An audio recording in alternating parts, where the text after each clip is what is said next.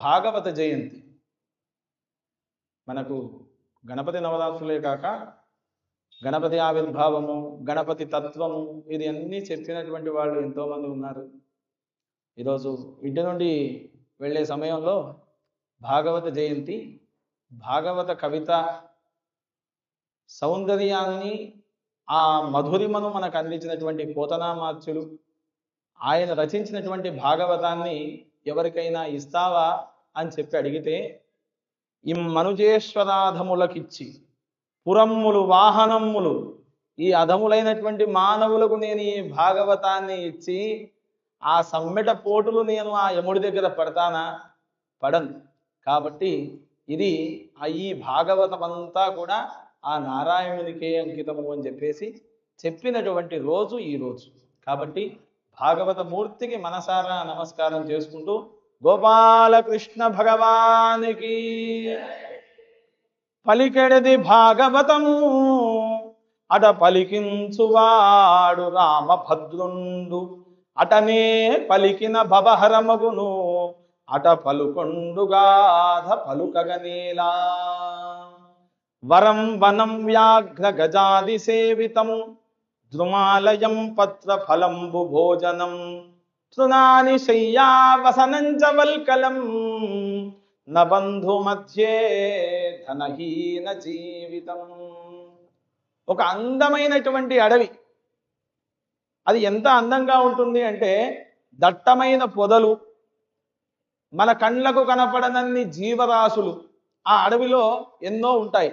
చామరి మృగాలు, పునుగు పిల్లులు, చిరుత పులులు, జిట్ట పులులు, సింహాలు, కుందేళ్లు, ఇలా ఏనుగులు, అనేకమైనటువంటి అరణ్యము. ఆ అరణ్యము అంతా కూడా పొదలతో నిండి ఉంటుంది.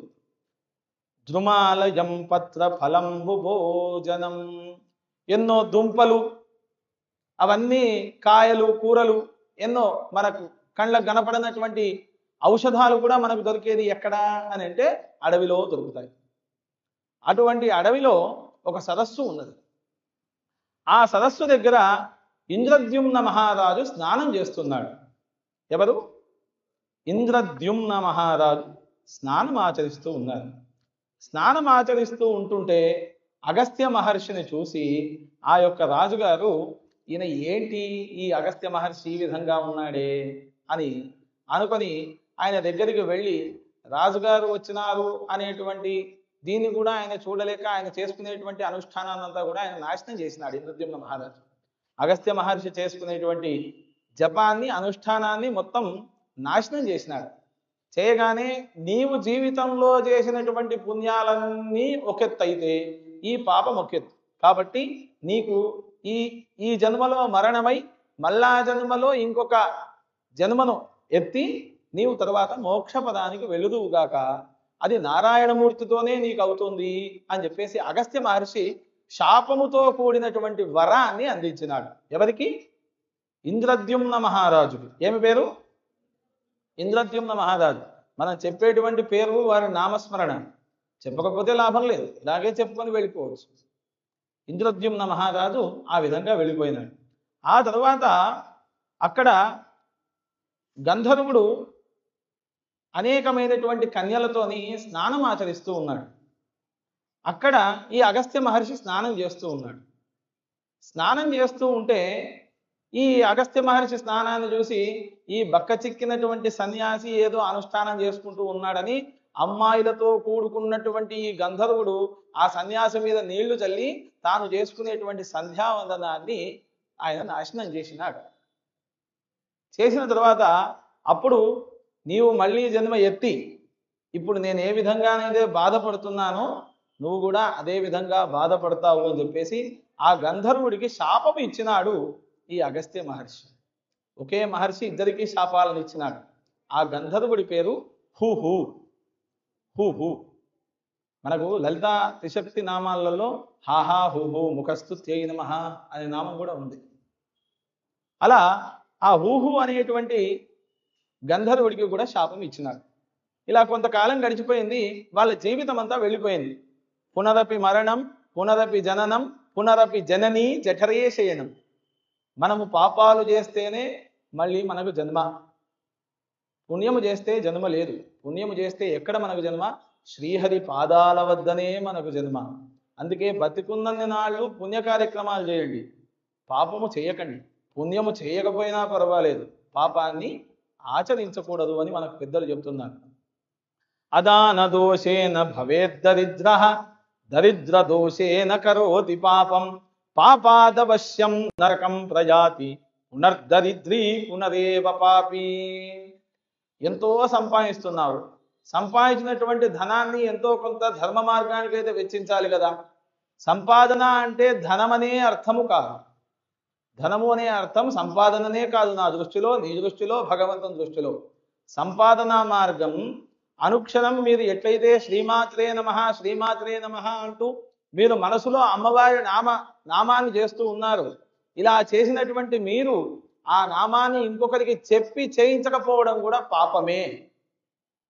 కాబట్టి ఉన్నటువంటి వాళ్ళు మీరు నామాన్ని ఉచ్చరించకుండా ఎదుటి వాళ్లతో కూడా మీరు ఉచ్చారణలో దించేటువంటి ప్రయత్నాన్ని మనం ఆచరించాలి. అదాన దోషేన భవేద్దరిద్ర, దరిద్ర దోషేన కరోతి పాపం. చేసినటువంటి పాపానికి దరిద్రాన్ని అనుభవిస్తున్నాం ఇక్కడ. దరిద్ర దోషేన కరోతి పాపం. దరిద్రం వెంటబడితే ఏమవుతుంది? పాపము చేయాలి అనేటువంటి బుద్ధి మనకు సంతరించుకుంటుంది. పాపాదవశ్యం నరకం ప్రయాతి. ఆ పాపం చేసినటువంటి వాడు ఎక్కడికి పోతున్నాడు? నరకానికి వెళ్ళిపోతున్నాడు. పునర్దరిద్రీ పునరేవ పాపి. మళ్ళీ ఈ యొక్క లోకంలో మళ్ళీ ఇదే విధంగా మానవ జన్మనో లేక కుక్క జన్మనో లేక ఇంకా వరాహం జన్మనో ఎత్తి ఇక్కడే అనుభవించి మళ్ళీ మరణం సంభవిస్తుంది. ఎన్నో జన్మల పుణ్యము చేసుకుంటేనే మనకు మానవ జన్మ వచ్చింది. కాబట్టి పుణ్యము చేయాల్సినటువంటి అవసరం మన పైన ఎంతో ఉంది. పుణ్యము చేసినటువంటిది చేస్తే ఏమవుతోంది? స్వదాన పుణ్యేన భవేద్ధనాఢ్య, ధనాఢ్య భావేన కరోతి పుణ్యం, పుణ్యాదవశ్యం స్వర్గం ప్రయాతి, పునర్ధనాఢ్య పునరేవ ధన్యా. స్వదాన పుణ్యేన, మనము చేసినటువంటి పుణ్యం ఏదైతే ఉందో దానివల్ల మనకు పుణ్యకర్మను చేయించాలి అనేటువంటి తాపత్రయం ఇంకా పెరుగుతుంది. భవేద్ధనాఢ్య, అప్పుడు నీకు పుణ్యం ఎక్కువగా సముపార్జన చేసుకొని నీ పిల్లలకు, నీ మనమలకు, నీ ముని మనములకు నీవు దారపోసేటువంటి అవకాశం వస్తుంది. నేను మా స్నేహితుడు ఇద్దరము ఒకరోజు వారణాసి పట్టణానికి వెళ్ళినాం. వెళ్ళి భోజనం చేద్దామని అక్కడ ఉండేటువంటి సత్రానికి వెళ్ళి కూర్చున్నాం. ఆ రోజు మా ముత్తాత గారి శ్రాద్ధం. మాకు తెలియదు. మా ముత్తాత గారి పేరు మీద మా తాతగారు ఎప్పుడో వెళ్ళినప్పుడు అక్కడ చెప్పి వాళ్ళు తిథి రాయించి వచ్చినారు. అదే రోజు మేము భోజనానికి వెళ్ళినాం. వాళ్ళు ఆనాడు కట్టినటువంటి అన్నదానానికి సంబంధించినటువంటి డబ్బు ఈరోజు మేము వెళ్ళి తిన్నాం. కాబట్టి దానము చేసినప్పుడు ఆ దానాన్ని మునిమన్వడైనటువంటి నేను అనుభవిస్తున్నాను ఒకనాడు తిని. మనము అందుకని చేసినటువంటి పుణ్యాన్ని 10 మందికి పంచాలి. స్వదాన పుణ్యేన భవేద్ధనాఢ్య. అప్పుడు ధనవంతులం అవుతున్నాము. ధనము అంటే కేవలం డబ్బు అని కాదు. ఇది ఇప్పుడు నేను అనుభవించినటువంటి అనుభవము అంతకు మించినటువంటి ధన సంపాదన ఇంకేముంది? స్వదాన పుణ్యేన భవేద్ధనాఢ్య, ధనాఢ్య భావేన కరోతి పుణ్యం. మళ్ళీ నీకు మంచి పని చెయ్యాలి. అక్కడ ఉండేటువంటి చెట్లలో పుట్టలలో దొరికినటువంటి పదార్థాన్ని అంతా కూడా తింటూ వాటి వెంట వచ్చేటువంటి ఏనుగుల మధ్య నేను బలవంతమైనటువంటి ఏనుగును అనేటువంటి ఒక గొప్ప అనుభూతిని, అనుభవాన్ని, గర్వాన్ని సంతరించుకున్నది ఆ ఏనుగు. అలా ఉండి ప్రతిరోజు అడవి తిరుగుతూ ఉండేది. ఇంత ఇంత ఇంత ఇంత దానికి వెనుక వచ్చేటువంటి మందబలం పెరిగిపోయింది. మనిషి గొప్పవాడైతే మందబలం ఎక్కువ ఉంటుంది, మనిషి తక్కువైతే మందబలం ఉండదు. ఎందుకంటే నిజం మాట్లాడేవాడికి మందబలం తక్కువ, అబద్ధం చెప్పేవాడికి మందబలం ఎక్కువ ఈ కాలంలో. అట్లా మందబలంతో కూడుకున్నటువంటిది అప్పుడు న్యాయమైన మందబలం. కానీ ఆ మందను చూసిన తరువాత, దానికి ఆ ఏనుగుల గుంపును చూసిన తరువాత ఆ గజానికి విపరీతమైనటువంటి మదం వచ్చింది. మదం వచ్చి ఏం చేసింది అంటే మంచినీళ్లు తాగాలి అని చెప్పేసి పక్కకు ఉండేటువంటి సరస్సుకు వెళ్ళి ఉట్టిగా నీళ్లు తాగితే అయిపోతుంది కదా, అలా అది నీళ్లు తాగి విడిచిపెట్టలేదు. ఆ నీళ్లు తాగకుండా ఫైర్ ఇంజన్ కొట్టినట్టు నీళ్లను ముంచుకొని ఇలా తన పైన చల్లుకున్నది. తన మీదనే చల్లుకున్నదా, వెనకకు ఉండేటువంటి ఆడ ఏనుగులన్నిటి మీద చల్లి అక్కడ విపరీతమైనటువంటి వికృత చేష్టలు చేస్తూ ఉన్నది ఆ యొక్క గజం. దాని పేరు ఇంద్రద్యుమ్న మహారాజు పూర్వజన్మలో కాబట్టి గజేంద్రుడు అని పేరు. ఏమి పేరు? గజేంద్రుడు. ఇంద్రద్యుమ్న మహారాజు పోయిన జన్మలో, ఈ జన్మలో గజేంద్రుడిగా పుట్టినాడు. పుట్టిన తర్వాత అక్కడికి వెళ్ళినాడు. వెళ్ళి అందులో నుంచి నీళ్లనన్నీ కూడా ముంచుకొని తాగుతూ తన యొక్క ఏనుగుల గుంపు పైన చలుతూ ఉన్నాడు. తలగపు కొండలకైనను మలగపు సింగములకైనను మార్పును కడిమింగలవు పిడుగులకైనను నిలబల సంపన్న వృత్తినేనుగున్నల్.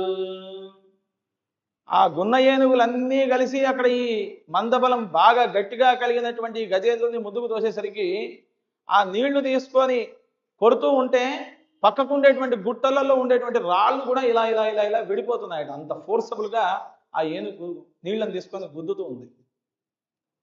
అక్కడ ఉండేటువంటి నీళ్లు అంటే ఉట్టిగానే ఉంటాయా? నీళ్లలో అనేకమైనటువంటి జలచర రాశులన్నీ ఉంటాయి. ఆ జలచర రాశులు అందులో నుండి చేపలేమో మీనరాశికి వెళ్ళిపోతున్నాయి.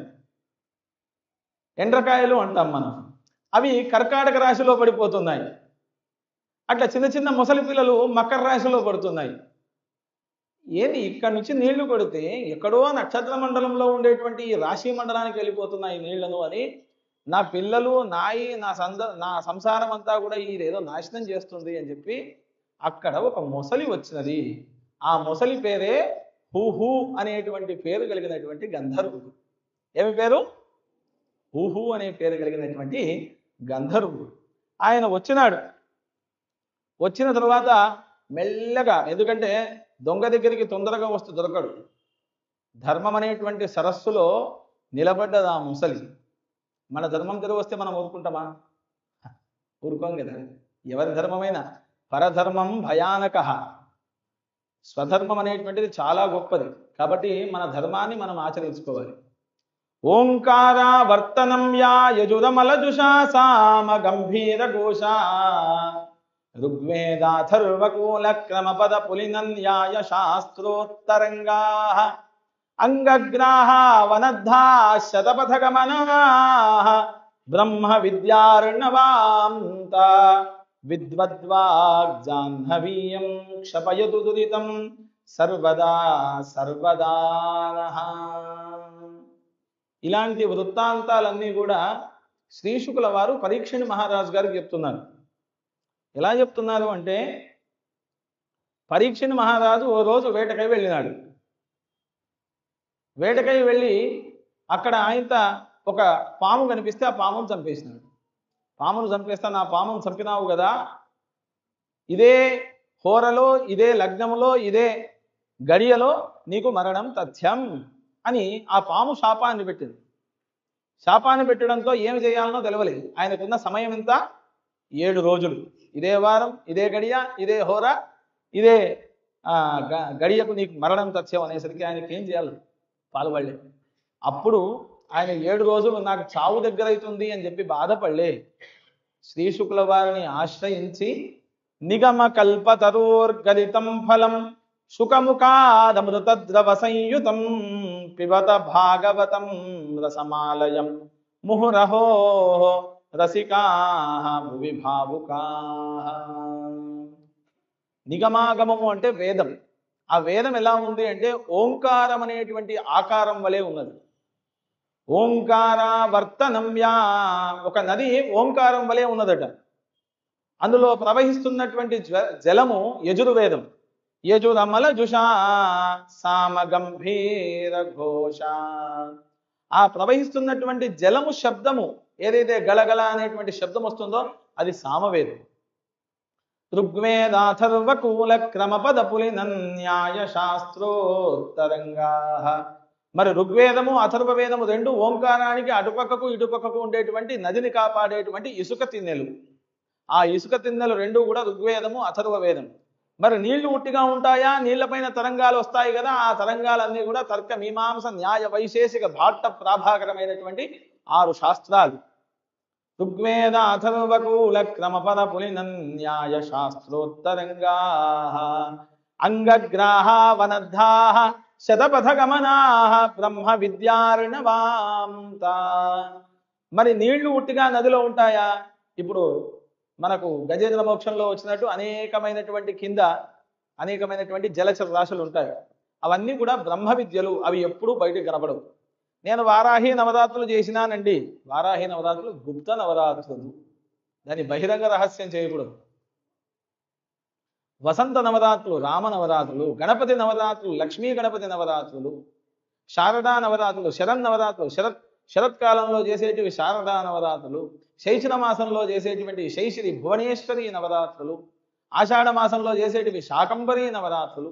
ఇలా నవరాత్రులు ఒక్కో మాసం ఒక్కో విధంగా బ్రహ్మ విద్యలు మనకు అందించినటువంటి విధముగా మనకు వచ్చినాయి, మనం ఆచరించుకుంటూ ఉన్నాం. బ్రహ్మ విద్యార్ణవాంత విద్వద్వాగ్జాహ్నవీయం క్షపయతు దురితం సర్వదా సర్వదానః. ఇలాంటివన్నీ మనకు చెప్పేటువంటి పండితులు మనకు దొరికినప్పుడు ఎల్లవేళలా కూడా ఆ గంగ మన యందు అభిషేకము చేసినట్టే. కాబట్టి ఆ గంగ అనేటువంటి అమృత తుల్యమైనటువంటి ఫలము ఈ వేదముల నుంచి జారిపడ్డది. అది భాగవతము అని చెప్పబడ్డది. దిగమ కల్ప తరోర్గలితం ఫలం శుకముఖాదమృత ద్రవ సంయుతం. దాన్ని కొరికి మనకు అందించినటువంటి వాడు, చిలుక కొట్టిన పండు అంటాం కదా, దాన్ని మనకు అందించినటువంటి మహర్షి శుక మహర్షి. ఆయన ద్వారా ఈ ఘట్టాలన్నీ కూడా మనకు అందినాయి. అందులో ఈ మొసలి మెల్లగా మెల్లిగా మెల్లిగా ఆ ఏనుగు దగ్గరికి వచ్చింది. ఏనుగు దగ్గరికి వచ్చి ఏనుగు యొక్క కాలును మెల్లగా పట్టుకున్నది. పట్టుకున్న తర్వాత ఇది నన్నేం చేస్తుంది, అహంకారం, మందబలం వెనక గట్టిగా ఎత్తుగా పొడుగ్గా నేను ఉన్నాను కదా అనేటువంటి అహంకారం ఏనుగుకి. అలా నన్నేం చేస్తుంది అని చెప్పేసి కాళ్ళతో ఇడిచిదంతే సరస్సులో ఇంకో మూలకు వెళ్ళి ఆ మొసలి పడిపోయింది. మొసలి పడిపోయేసరికి మొసలికి దెబ్బ తాకింది.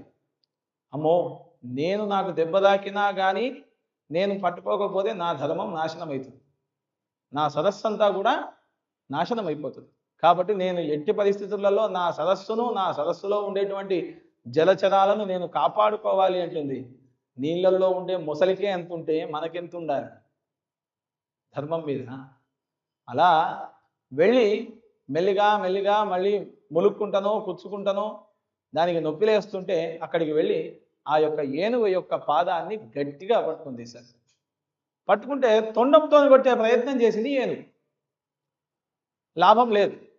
లాభం లేక దెబ్బ తాకింది మళ్ళీ మొసలికి. అక్కడి నుంచి కొంచెం వెనుకకు పోయి ఈసారి ఏమన్నా చేసి ఎట్లన్నా చేసి ఏనుగును గట్టిగా పట్టుకోవాలి అని మెల్లగా ఏం చేసింది, ముందడికి మొసలి పోతూ పోతూ ముందడికి రమ్మన్నట్టు ఆ ఏనుగును తన యొక్క కోపాన్ని దృష్టి మలుచుకొని ముందడికి వచ్చేటట్టు చేసి ఏనుగు యొక్క భాగం నడుములోకి రాగానే పోయి నడుమును పట్టుకున్నది ముసలి.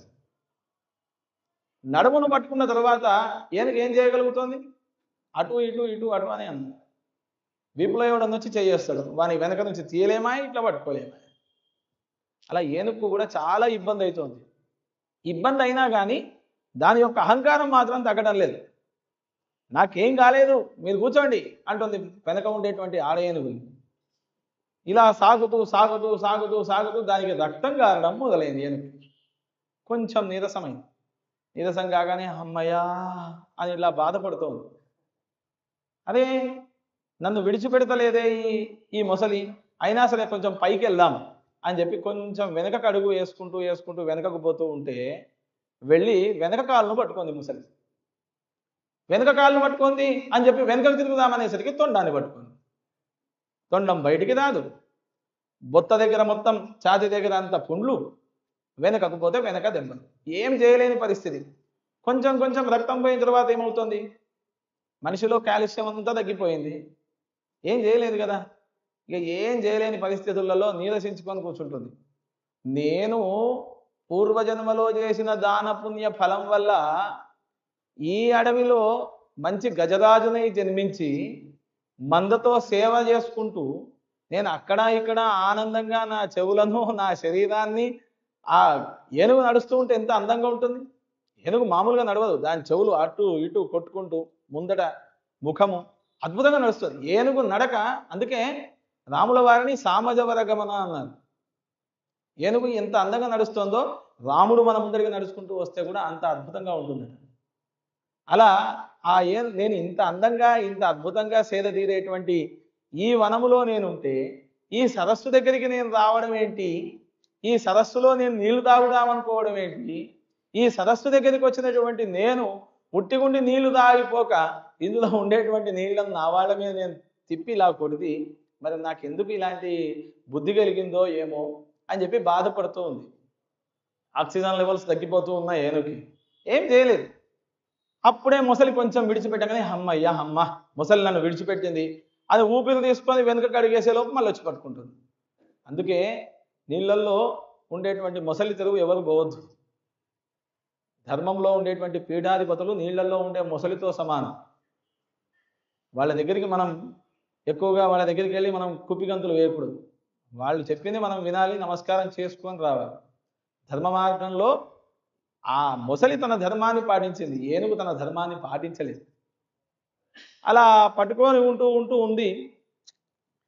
ఏంటిది నాకు అని, ఒక్క జన్మంబని ఒక్క చావనియు మాకో లెక్కయా, ఎన్ని నారక కూపంబులు దొర్లినారమో, అసారమైన ఈ సంస్మృతిన్ సుఖముంగానక, మొండివై బ్రతుకు మంచున్ నిర్దయాస్వాంతవై అకట, మా నుదుటన్ లిఖించితివి గదే రాజరాజేశ్వరి జగదంబ విశ్వపాలిని మాతాకి జయ.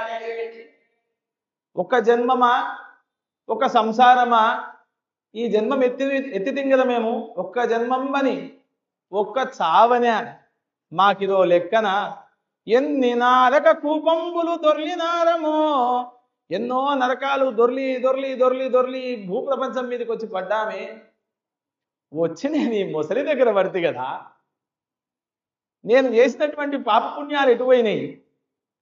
అందుకే మనిషి బాధపడ్డప్పుడు నేను ఇంత పుణ్యం చేస్తే నేను ఆ దేవుని దగ్గరికి పోతే నాకు మంచి చేయకపోయే, ఈ దేవుని దగ్గరికి పోతే నేను మంచి చేయకపోయే అంటాడు. వాడు చేసినటువంటి పాపాలు ఇప్పుడు అనుభవించేటువంటి కష్టాలన్నీ పూర్వజన్మ పాపాలే, ఈ జన్మలు చేసినవి కావు. పూర్వజన్మలో చేసినటువంటి పాపాలు ఇప్పుడు మనల్ని పట్టుకొని పీడిస్తున్నాయి. పూర్వజన్మ కృతం పాపం వ్యాధి రూపేణ పీడిత, వ్యాధులై మన వెంటనే పడుతున్నాయి. కాబట్టి ధర్మ మార్గంలో అబద్ధమాడకుండా సత్యాన్ని పలుకుతూ సత్య వ్రతాన్ని మనమంతా ఆచరించాలి. అలా ఎంతసేపు తాను చేసినటువంటి దాన ధర్మాలు పూర్వజన్మ వృత్తాంతాలు అన్ని జ్ఞాపకం వస్తున్నాయి, కానీ ఏనుగకి పరమేశ్వరుడు మాత్రం జ్ఞాపకం రావడం లేదు. ఆ జగన్నాథుని స్మరణ చేసుకోగానే ఆ జగన్నాథుడు ఏకాంతంలో ఉన్నటువంటి తన భార్యను విడిచిపెట్టి గరుత్మంతుల వారి పైన బయటికి వస్తూ ఉన్నాడు. మనకు ప్రత్యక్షంగా గజేంద్ర మోక్షము పోతనామాత్రులు అందించిన రాముడు నారాయణమూర్తి మన భూమిపైకి ఇదే విధముగా ఎట్లయితే గజేంద్రుడు అడిగితే వచ్చినాడో, భద్రుడు కోరిన తరువాత కూడా అదే విధంగా శంకుచక్రాలను మార్చుకొని వచ్చినటువంటి ప్రదేశం మనకు భద్రాచలం. గజేంద్ర మోక్షానికి భద్రాచల క్షేత్రానికి అంత అవినాభావ సంబంధం. అందుకే నారాయణుడు అనేటువంటి పేరును అక్కడ వాళ్ళు ఉచ్చరిస్తారు. రామావతారం సంపూర్ణమైన తరువాత రాముల వారి కోసం భద్రుని తపస్సుకు ఫలాన్ని మెచ్చి తాను మళ్ళీ వైకుంఠం నుంచి వస్తే నాకు వైకుంఠం నుంచి వచ్చినటువంటి నారాయణుడు గారు కావలసి, నాకు రాముడు కావాలి అంటే ధనుర్బాణాలను ధరించి 4 చేతులతో వచ్చినటువంటి రాముణ్ణి మనం భద్రాచలంలో చూస్తున్నాం. అదే ప్రాంతంలో అదే రాష్ట్రంలో మనం బతుకుతున్నాం. కాబట్టి ఈ భాగవతాన్ని రాయడానికి కారణము హేతుభూతమైనటువంటి పోతనకు ఇంటి విలవేల్పు రాముడు. కాబట్టి ఆ రాముడు ఉండేటువంటి నేలపైన మనం ఉన్నాము. కాబట్టి మనం రాముల వారిని మనసా శిరసా వచసా స్మరిస్తూ రాముల వారి పాదాలకు నమస్కారం చేసుకోవాలి.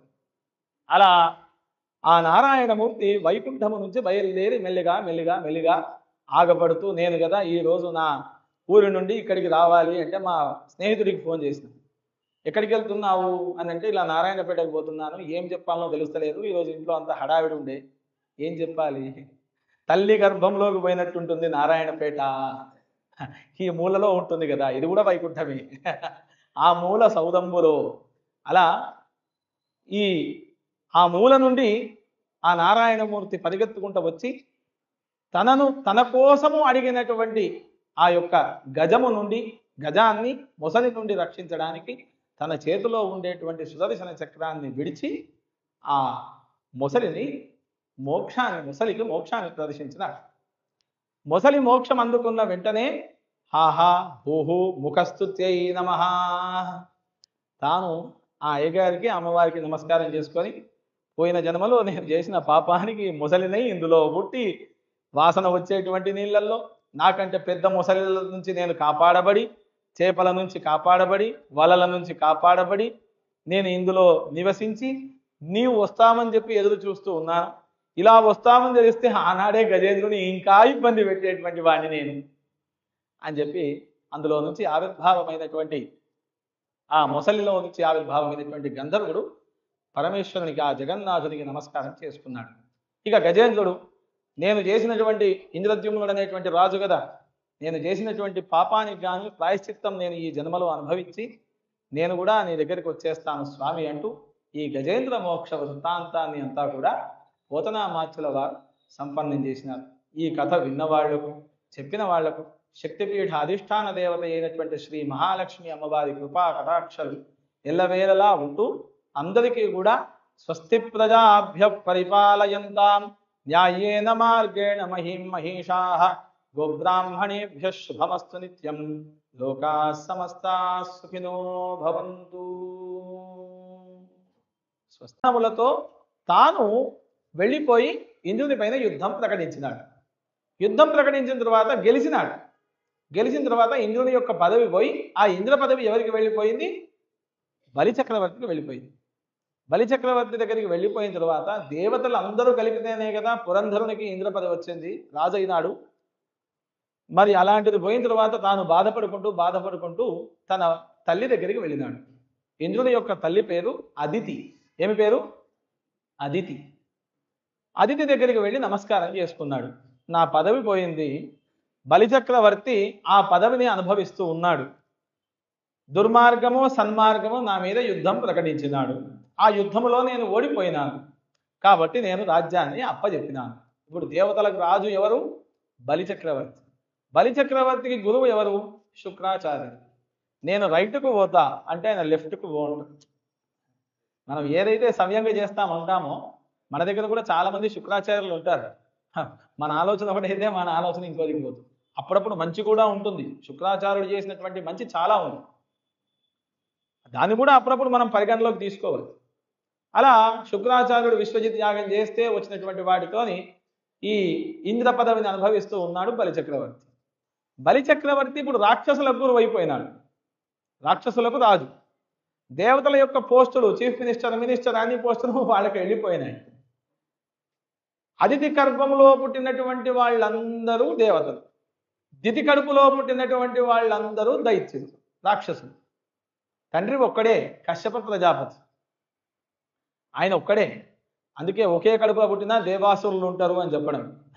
మనిషి మెదడు దేవుడు అయితే మనస్సు రాక్షసుడు. అప్పుడప్పుడు మనసు చెప్పింది మెదడు వినదు, మెదడు చెప్పింది మనసు వినదు. ఎక్కడో లేరు దేవాసురులు, మన మధ్యలోనే మనలోనే ఉంటారు. అందుకే భగవన్నామం అనేటువంటిదే ముఖ్యము అని చెప్పినారు. అలా తాను శుక్రాచార్యులు చేయించినటువంటి యాగంతో నేను ఎక్కినాను కదా అని శుక్రాచార్యునికి ఉన్నతమైనటువంటి పదవి రాజసింహాసనం ఏర్పాటు చేసి కూర్చుండబెట్టినాడు. శచీదేవి భార్య భర్త పదవి పోయింది, ఇన్ని రోజులు నాకు అన్నీ అందినాయి, ఇప్పుడు ఏం లేవని తన పని తాను చేసుకుంటూ ఉంది. ఇదంతా కష్టము చూడలేక కశ్యప ప్రజాపతి అసలు దైత్యులంతా కూడా దొంగ మార్గంలో రాజ్యాన్ని చేపట్టినారు అని చెప్పి తాను పరమేశ్వరుణ్ణి అనేక మార్లు స్మరణ చేయగా తాను ఆవిర్భవించి నేను నీలోకి వస్తున్నాను, నువ్వు అదితి గర్భమునందు నేను ఉదయిస్తాను కాబట్టి నీవు ఆ గర్భాన్ని కాపాడి ఆ వచ్చేటువంటి వాడి ద్వారా బలిచక్రవర్తి యొక్క మోక్షపదం జరుగుతోంది కాబట్టి నువ్వు అదితి గర్భాన్ని కాపాడు అని చెప్పి అంతర్ధానం అయిపోయినాడు ఆ సర్వేశ్వరుడు. కొంతకాలం గడిచిపోయింది, అదితి గర్భస్థురాలైంది. గర్భస్థురాలైన తర్వాత కశ్యప ప్రజాపతి ఈ విషయం అంతా చెప్పినాడు. ఏమని? నారాయణమూర్తి నీ కడుపులో ఉదయిస్తున్నాడు అని. ఆమెకి ఎంత ఆనందమవుతోంది, సాక్షాత్ శ్రీమన్నారాయణమూర్తే నా యందు వస్తున్నాడే అని ఎప్పుడు చూసినా కానీ ఆ నారాయణుడు ఇంకా నా నుండి ఎప్పుడు బయటకు వస్తాడా అని బాధపడుతూ ఆనందపడుతూ, ఉన్న పుత్రులకు పదవి కోల్పోయినటువంటి బాధ, కొత్తగా వస్తున్నటువంటి ఉదయించేటువంటి నారాయణమూర్తి నాయందే వస్తున్నాడే అనేటువంటి ఆనందం. ఇదంతా చూసుకొని ఆనందపడుతూ బాధపడుతూ బాధను ఆనందాన్ని సమానంగా చేస్తూ తాను గర్భస్థధారణే దుఃఖం విషమే భూమివర్త్మని తస్య నిష్క్రమణార్థాయ మాతృమూర్తిం నమామ్యహం మాసి మాసి కృతం కష్టం వేదనా ప్రసవేషు చ తస్య నిష్క్రమణార్థాయ మాతృమూర్తిం నమామ్యహం. మనిషి ఆయుష్ ఎక్కడుంటుంది? ఆకాశాద్వాయు వాయోరగ్ని అగ్నేరాపః అద్భ్యః పృథివీ పృథివ్యాపోషధయః ఓషధీభ్యోన్నం అన్నాత్ పురుషః అని వేదం చెప్తుంది. ఏమీ లేనటువంటి నిర్మలమైనటువంటి ఒక రూపంలో అక్కడ వాయువు అనేటువంటిది సంతరించింది. వాయువు వచ్చింది కాబట్టి పైన ఆకాశం ఉంది. ఆకాశాత్ వాయు, ఆకాశంలో వాయువు ఉద్భవించింది. వాయోరగ్ని, వాయువు అటు ఇటు నుంచి వచ్చింది, గుద్దుకున్నప్పుడు అక్కడ ఏర్పడ్డది అగ్ని. అగ్నేరాపః, ఉష్ణం ఉష్ణేన శీతలం అని మనకు ఆయుర్వేద గ్రంథాలు చెప్తున్నాయి. అగ్నేరాపః, అగ్ని నుండి నీళ్లు పుట్టినాయి. అద్భ్య పృథివీ, ఆ నీళ్లు ఎక్కడ పడ్డాయి? పృథివీ అంటే భూమి. ఆ నీళ్లు భూమి మీద పడడం ఉట్టిగా పడ్డాయా? పృథివ్యా ఓషధయః, గోధుమలో లేక ఆకులో కందమూలాలో ఈ విధంగా భూమి మీద పడ్డాయి. భూమి మీద పడ్డ తర్వాత వాటిని తీసుకున్నటువంటి వాడు అన్నాత్ పురుష ఓషధీభ్యోన్నం. ఆ ఓషధులు అన్నం అనేటువంటి పేరు సంతరించుకున్నాయి. నమిలి మింగేటువంటి పదార్థం ఏదైనా అన్నమే, కేవలం రైసే కాదు. అన్నాత్ పురుష, పురుష అంటే పుల్లింగమో స్త్రీలింగమో నపుంసకలింగమో అనేటువంటి భేదం అక్కడ లేదు. మనిషి అని అర్థం. గర్భంలో ఉన్నవాడికి చనిపోయినటువంటి వాడికి రూపం లేదు. అక్కడ ప్రేత, ఇక్కడ గర్భస్థ శిశువు అంతే. వాడికి లోపల బేబీ గర్లా బేబీ బాయ్ పోయిన తర్వాత ప్రేత లేడీయా ప్రేత మేలా అనేది ఎవరికి అవసరం లేదు. అక్కడ కావాల్సింది బాడీ, ఇక్కడ కావాల్సింది బేబీ లోపల. అలా గర్భాన్ని మోసుకుంటూ గర్భస్థధారణే దుఃఖం అన్నాత్ పురుష, ఆ విధంగా పురుషుడు ఉద్భవిస్తూ ఉన్నాడు.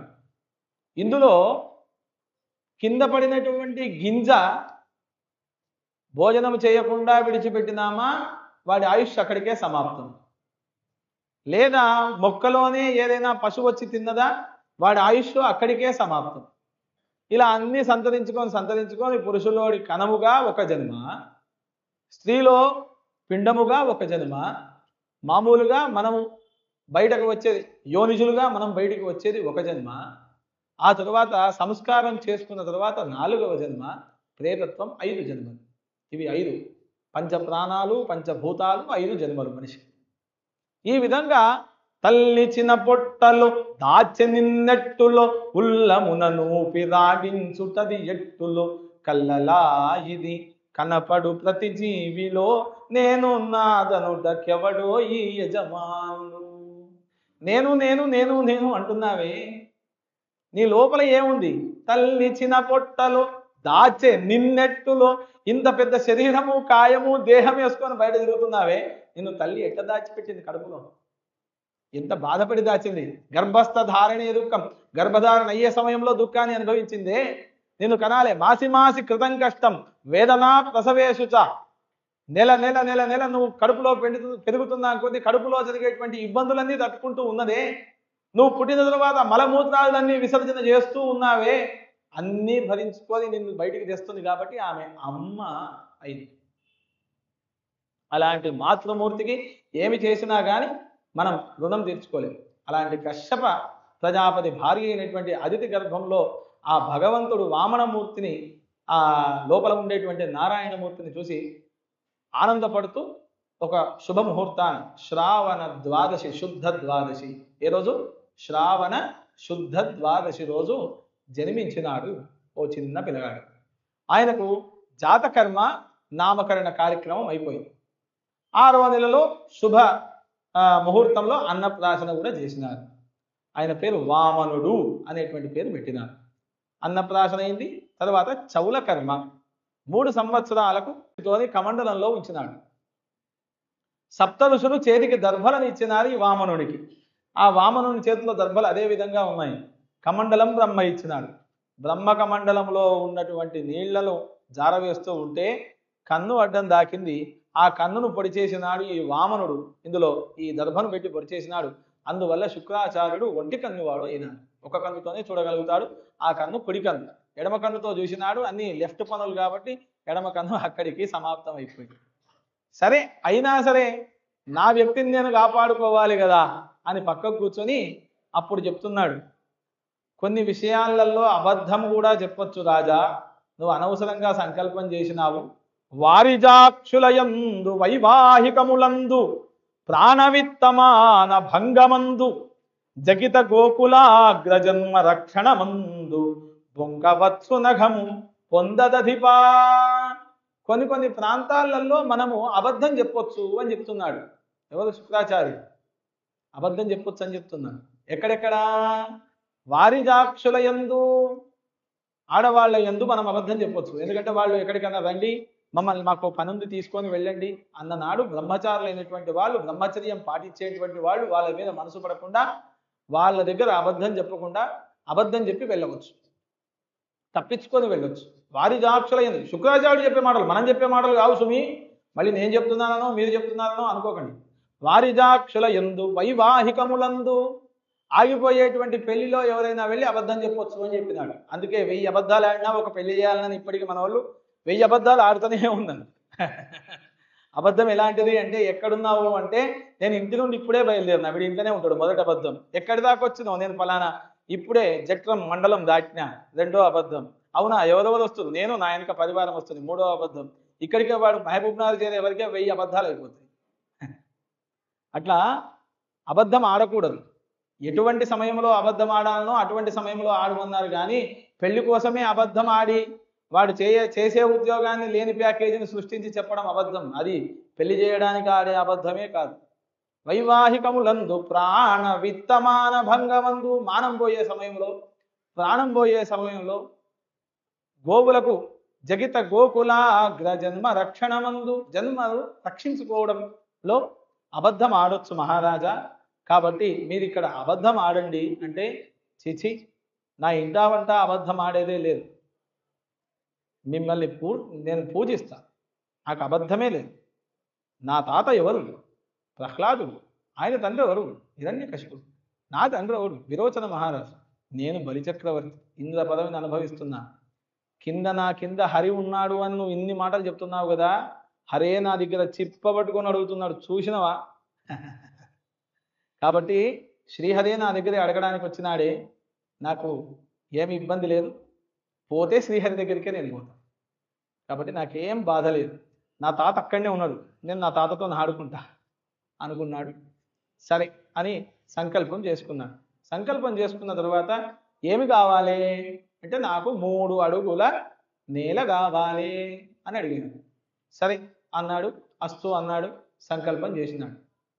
సంకల్పం చేసిన తర్వాత ఒక పాదం ఇంతింతై వటుడింతయై మరియు దానంతై నభో వీధి పైనంతై తోయగమండలాబ్ధమున కల్లంతై ప్రభారాశి పైనంతై చంద్రునికంతై ధ్రువుని పైనంతై మహర్వాటి పైనంతై సత్యపదోన్నతుండగుచు బ్రహ్మాండాంత సంవర్ధియై.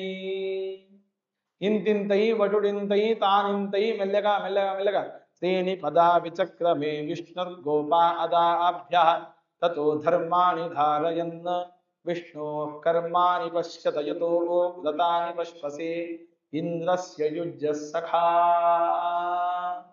అలా అలా అలా అలా ఒక పాదం భూమి మండలమంతా సంతరించుకుంది.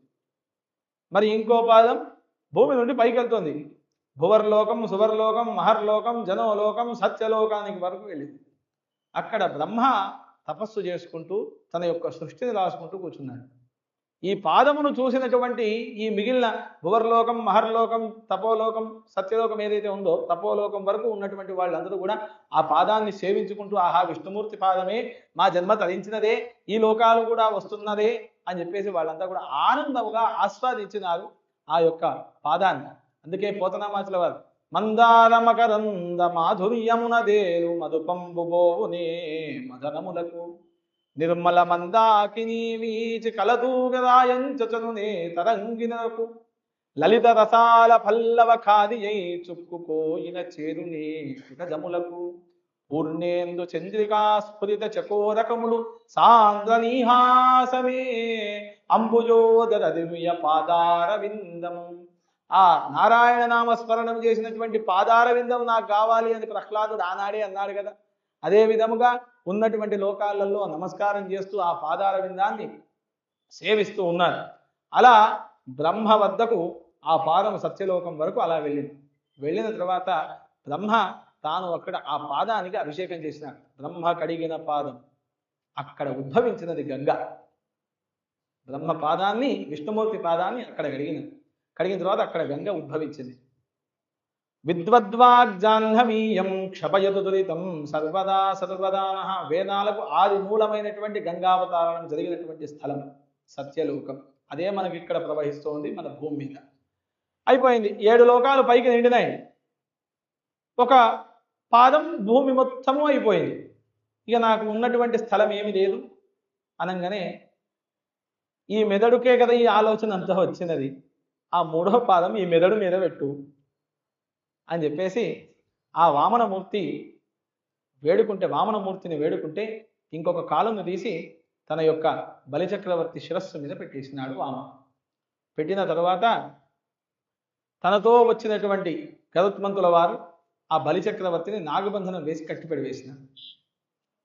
వేసిన తర్వాత బలిచక్రవర్తి భార్య వింధ్యావళి దగ్గరికి వచ్చి, నాయనా నీవు నాకు కొడుకు వలె ఉన్నావని దగ్గరికి రమ్మంటే నా భర్తను నువ్వు కట్టిపడేస్తావా అని అనగా ఆ వామనమూర్తి ఆదేశించగా గరుత్మంతుల వారు వారికి ఉన్నటువంటి నాగబంధాన్ని తీసేసిన తర్వాత నీవు ఇక్కడి నుండి రసాతల లోకానికి వెళ్ళిపో.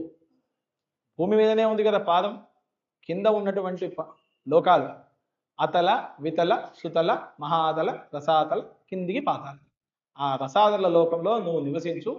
వచ్చేటువంటి మన్వంతరములో నీకు సావరణిత్వం నీకు కల్పించి ఈ లోకోద్ధరణ చేస్తాను అని చెప్పేసి వామనమూర్తి తాను అక్కడి నుంచి వామనావతారాన్ని సమాప్తం చేసుకొని త్రివిక్రములుగా మళ్ళీ వైకుంఠానికి చేరినాడు. స్వస్తి ప్రజాభ్య పరిపాలయంతాం న్యాయేన మార్గేణ మహిషాః గోబ్రాహ్మణేభ్యః శుభమస్తు నిత్యం లోకాః సమస్తాః సుఖినో భవంతు. కాలే వర్షతు పర్జన్యః పృథివీ సస్యశాలినీ దేశోయం క్షోభరహితో బ్రాహ్మణాః సంతు నిర్భయాః అపుత్రాః పుత్రిణః సంతు పౌత్రిణః అధనాః సదనాః సంతు జీవంతు శరదాం శతం. ధర్మస్య విజయోస్తు అధర్మస్య నాశోస్తు. ప్రాణిషు సద్భావనాస్తు. విశ్వస్య కళ్యాణమస్తు. గోమాతా కీ జై. సనాతన వైదిక ధర్మ కీ. భక్తవత్సల భగవాన్ కీ జై.